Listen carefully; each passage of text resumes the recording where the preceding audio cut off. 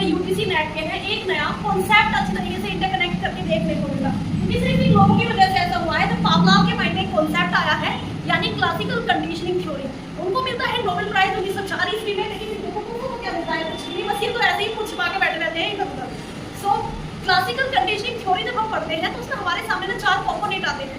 पहला आता है यूसीएस, दूसरा आता है आपका यूसीआर, तीसरा आता है आपका सीएस, चौथा आता है आपका सी। तो जो नोबेल प्राइज मिलता है सिर्फ इनकी वजह से मिलता है। तो आज जितने भी लोग हैं यानी वो छुपा के बैठे हैं, यानी सही है बच्चों के लिए कंटेंट तुम्हारी वजह से बना।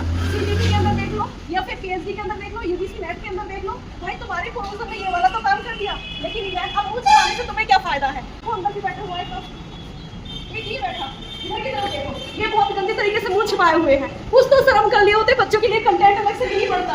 मतलब पूरी की पूरी जनरेशन इस तरीके से बैठी है मानो कि हमने कुछ किया ही नहीं है। अब अगर शायद तुम्हारे प्रोविजन उस टाइम उठ गए होते तो हो भी सकता है बच्चों के लिए एक अलग से कंटेंट नहीं बनाना पड़ता। मतलब वैसे ही बच्चों के ऊपर ऑलरेडी एग्जाम का इतना सारा प्रेशर है, इवन इनके प्रोविजन को लगा कि मतलब थोड़ा सा हमें खाना मिलेगा, खाने को देखते ही हम थोड़ा सा लाट टपकाएंगे और तुरंत हमें क्या होगा, मतलब कुछ प्राइज मिलेगा। प्राइज वगैरह कुछ नहीं मिला था, नहीं बेटा एक्सपेरिमेंट किया गया। जो थॉट है इस तरीके से जो इनके माइंड से निकल के आई है और ये सारी तरीके से इंटरकनेक्ट हो रहे हैं। सो आई होप सो अंकित तुम्हें कैसी लग रही है कॉन्सेप्ट पढ़ने में, देखने में, या वो सारी चीजें आप अपनी राय दे सकते हो उसको तब।